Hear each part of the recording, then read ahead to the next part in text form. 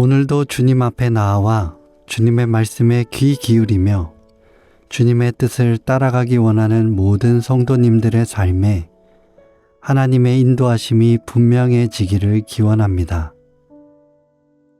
이제 성령님의 임재와 도우심을 구하는 기도를 드리겠습니다. 성령님, 오늘도 성령님과 더욱 친밀한 관계를 쌓을 수 있도록 인도해 주옵소서. 저희의 마음속에 찾아오셔서 지혜의 길로 인도해 주시고 주님의 뜻을 아는 것이 긴장되고 떨리는 것이 아니라 감사하며 기쁨의 시간이 되게 하여 주옵소서. 예수 그리스도 이름으로 기도드립니다. 아멘. 이제 하나님께서 오늘 우리에게 주신 말씀을 읽겠습니다. 먼저 구약성경 다니엘 2장 21절 말씀입니다. 하나님은 시대와 때를 바꾸시고 왕들을 패하고 왕들을 세우십니다. 신약성경 디모데전서 2장 1절에서 2절까지의 말씀입니다. 특별히 여러분에게 권하는 것은 하나님 앞에서 기도와 간구와 중보와 감사로 모든 사람들 편에 서라는 것입니다.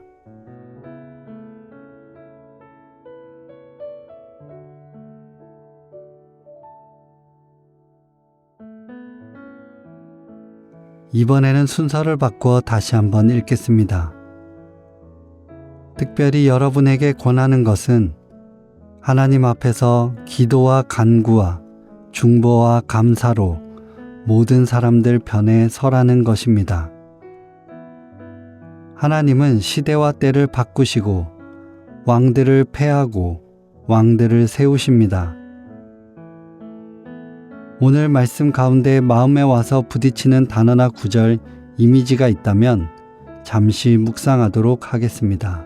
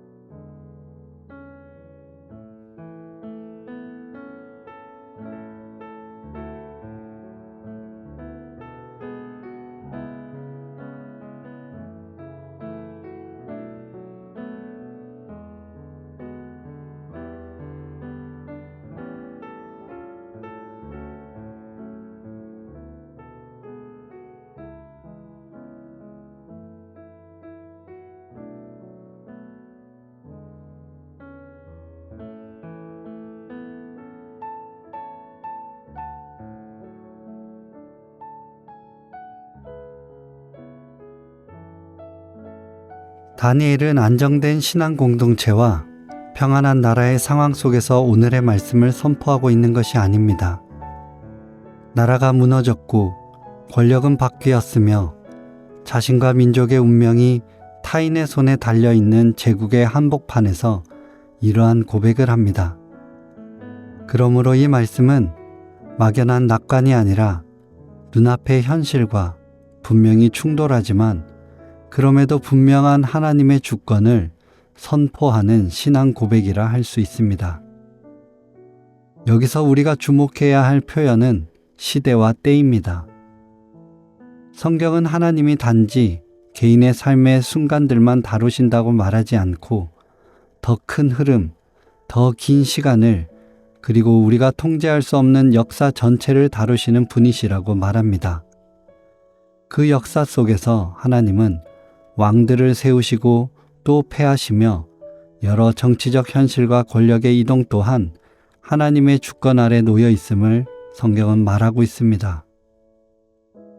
세상을 살아가다 보면 군사력과 제도, 여론과 같은 것들이 실제로 모든 것을 결정하는 힘처럼 보일 때가 있지만 성경은 그 모든 것 위에 하나님의 주권을 증언하고 있는 것입니다.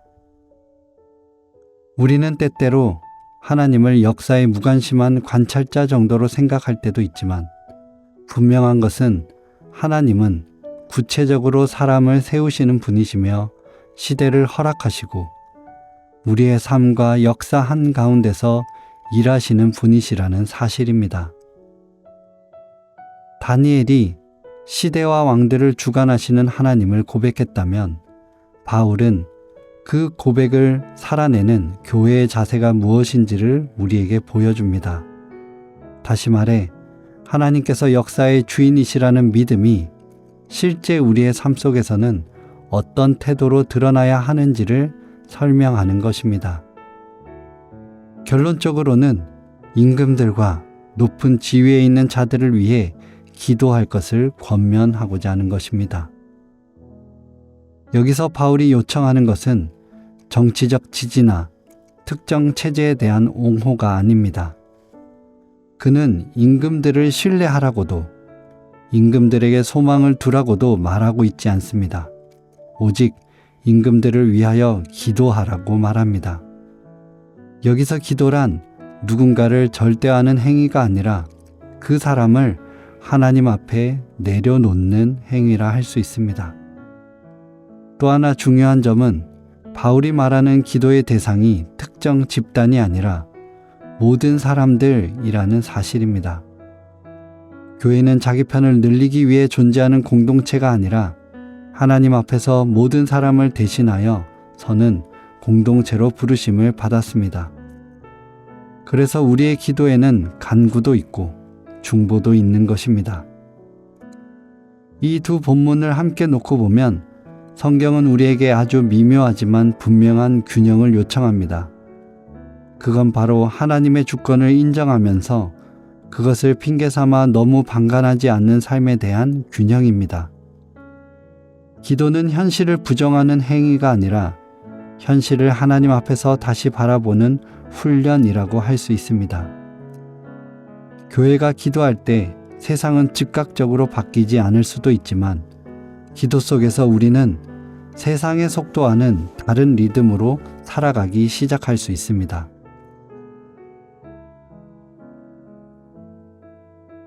두려움에 휘둘리지 않고 분노에 사로잡히지 않으며 절망을 최종 결론으로 삼지 않는 것입니다.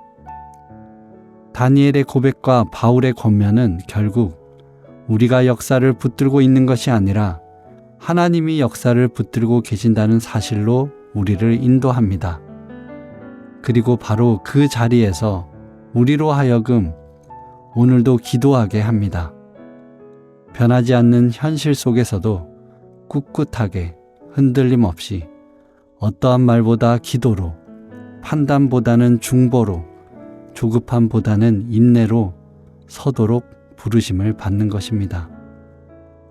그러므로 오늘 우리의 하루에 부르신 만큼 믿음으로 다시 서며 기도하고 감사할 수 있는 하루가 되기를 소망합니다. 함께 기도하시겠습니다.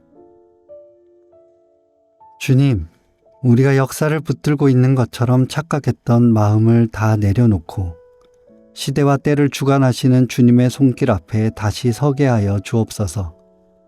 판단보다 중보로, 어떠한 말보다 기도로, 조급한 마음보다 인내로 오늘의 현실 한가운데서 주님의 주권을 신뢰하며 살아가는 저희가 되게 하여 주옵소서. 예수 그리스도 이름으로 기도드립니다. 아멘. 계속해서 말씀 가운데 잠잠히 머무르며 다음과 같은 질문을 통해 주님의 말씀에 귀 기울이시기를 바랍니다. 첫째, 나는 하나님의 주권을 믿는다고 말하면서 실제로는 어떤 두려움이나 계산에 더 크게 반응하고 있지는 않습니까? 둘째, 내가 판단하거나 분노로 반응했던 대상 중 기도로 하나님 앞에 다시 올려놓아야 할 사람은 누구입니까?